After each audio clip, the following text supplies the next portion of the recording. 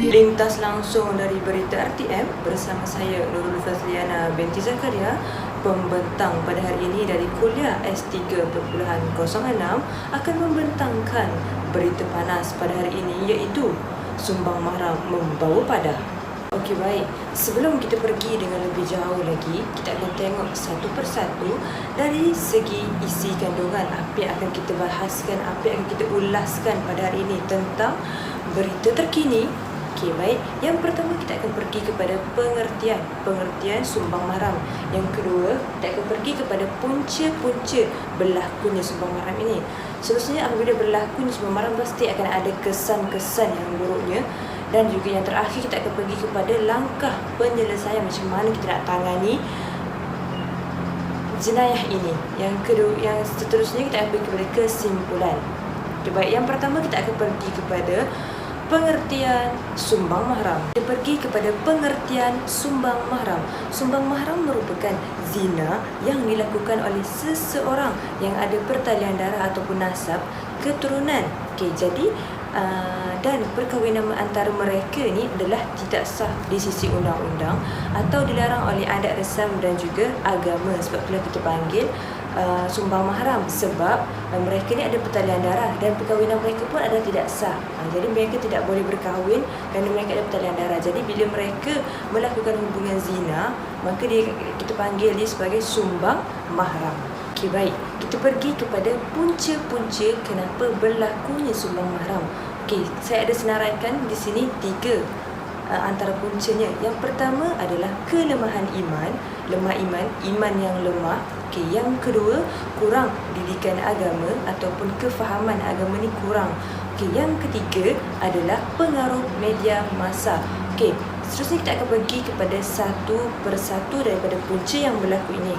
Okay, baik. Kenapa kita katakan iman yang lemah ini merupakan salah satu punca terjadinya Sumbang Mahram ini? Sebab apa? Sebab apabila iman seseorang itu lemah, maka nafsu yang ada dalam diri sendiri tidak dapat dikawal dengan baik. Sebab iman dia lemah, maka iman ini merupakan akar tunjang dalam pembentukan syakhsiah manusia. Maksudnya kalau iman kita lemah, syakhsiah manusia sendiri pun akan lemah lah. Macam tu. Okay, jadi iman juga dapat menjadi penghalang dan melenteng kepada kemaksiatan. Maksudnya kalau iman kita tinggi, maka kita dapat halang diri kita daripada melakukan maksiat. Begitu dan sebaliknya, kalau iman kita lemah, maka maksiat yang terjadi itu kita tidak dapat nak bendung. Maksudnya kalau iman kita lemah, sebab iman ni merupakan tunjang agama kita. Bila ada iman yang tinggi dalam diri seseorang tu, dia sendiri yang tahu macam mana yang mana baik, yang mana buruk untuk mereka lakukan ataupun untuk mereka ni tinggalkan perkara-perkara yang tidak baik itu.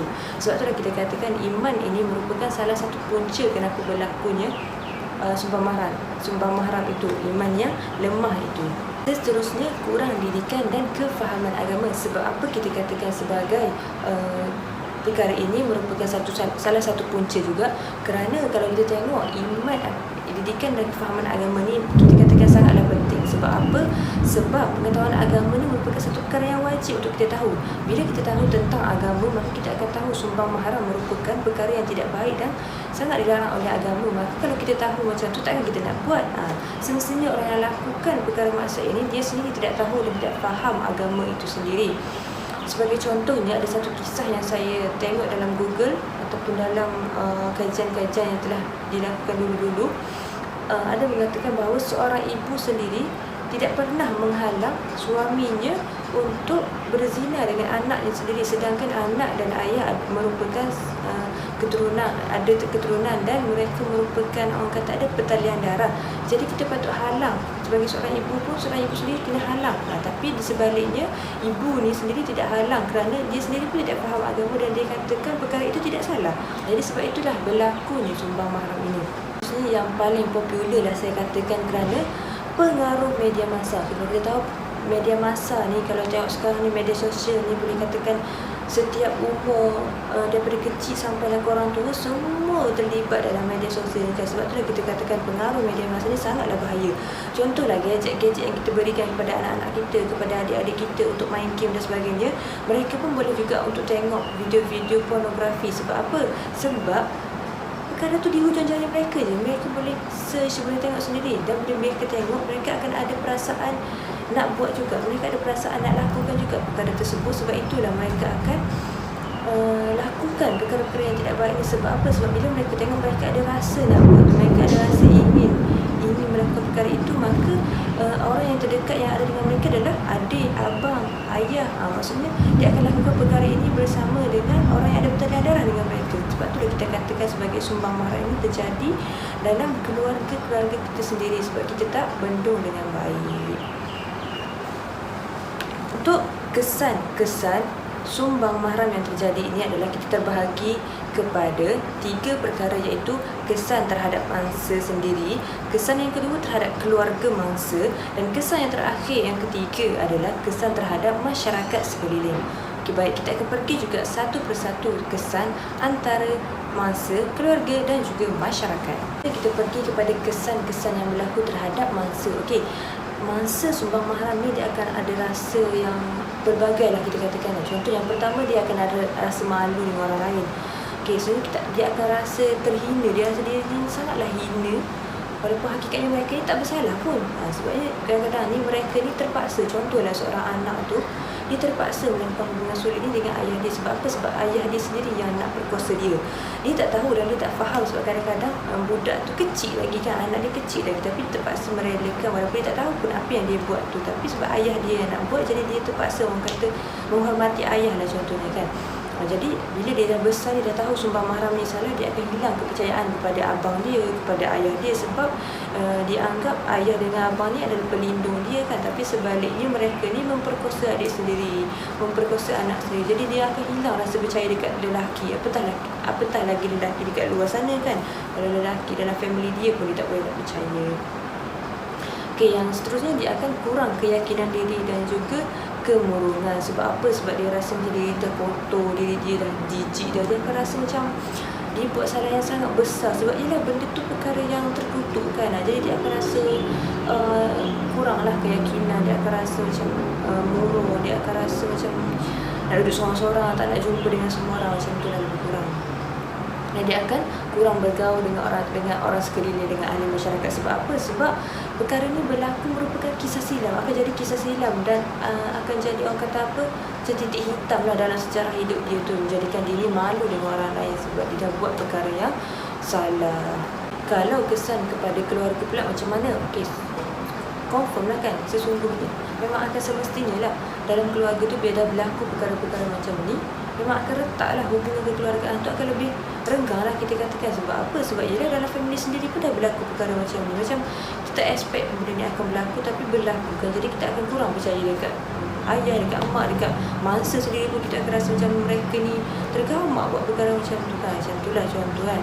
Lepas tu dia akan dapat kutukan, cemuhan, cacian daripada orang sekeliling. Yelah, bila dah berlaku benda macam ni, siapa je yang tak kutuk, siapa je yang tak hina. Sebab perkara yang salah, perkara yang dibenci oleh masyarakat.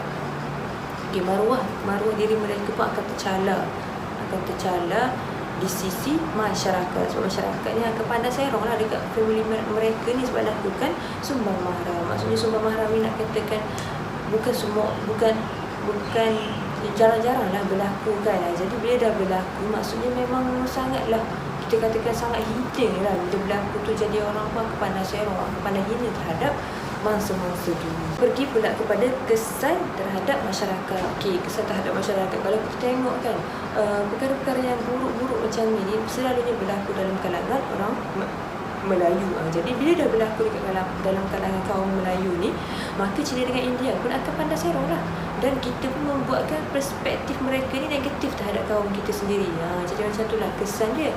Okey, seterusnya masyarakat yang terlibat tidak ada nilai peribadi yang baik. Maksudnya masyarakat tu sendiri tidak ada peribadi mereka ni tidak baik lah. Sebab apa? Sebab kalaulah mereka ada akhlak yang baik, mereka tidak akan lakukan perkara-perkara maksiat yang memang kita terang-terang dah tahu sumpah mahram ni memang salah. Tapi bila dia lakukan juga, maka peribadi kita dah tercalar lah, orang akan pandang serong lah. Seterusnya, wujud sikap benci-membenci. Yalah, bila kita buat salah, siapa je yang tak benci? Walaupun kalau kita dah insaf sekalipun, sangatlah susah untuk kita tarik balik kepercayaan, tarik balik orang untuk suka balik kat kita, untuk tak benci kita tu sangatlah susah. Sebab itulah jangan lakukan perkara yang boleh mendatangkan maksiat dan titik hitam dalam hati kita. Jadi berdasarkan punca-punca dan juga kesan terhadap berlakunya jenayah sumbang mahram ini, kita akan adakan langkah penyelesaiannya. Okey, yang pertama adalah kita perlu meningkatkan iman. Okey, meningkatkan iman. Yang kedua, mendalami ilmu agama, dan yang ketiga adalah mengetatkan undang-undang. Okey, macam mana kita nak perincikan langkah penyelesaian satu demi satu ini? Jom kita pergi kepada seterusnya.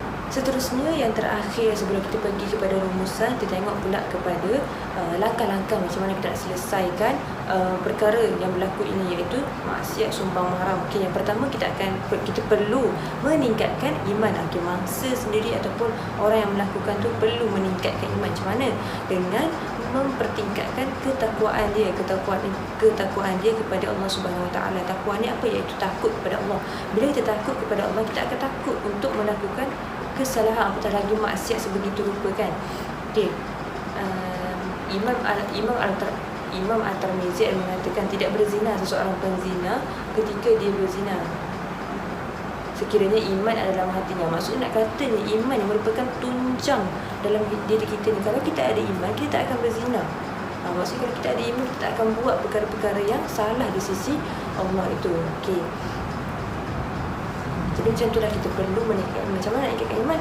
Tingkatkan ketakwaan. Contohnya hadir majlis ilmu ke, sentiasa melakukan perkara yang mendekatkan diri kepada Allah. Macam-macam lagi lah perkara yang boleh mendatangkan pahala dan menjauhkan diri kita daripada perkara yang tidak baik dan perkara yang mengundang kemurkaan Allah. Maksudnya tadi kan kita katakan salah satu puncanya adalah kekurangan didikan dan kefahaman agama, kan. Jadi dia punya opposite dia, kita perlulah mendalami ilmu agama tu. Jadi nasihat saya rasa lah untuk untuk kita didik anak-anak kita ataupun para suami ataupun ibu bapa yang kurang didikan agama ni, ibu bapa tu sendiri perlu ada didikan agama yang asas pun tak apa dah. Maksudnya dia perlu tahu hukum yang ni tak boleh, maksiat ni yang macam tu.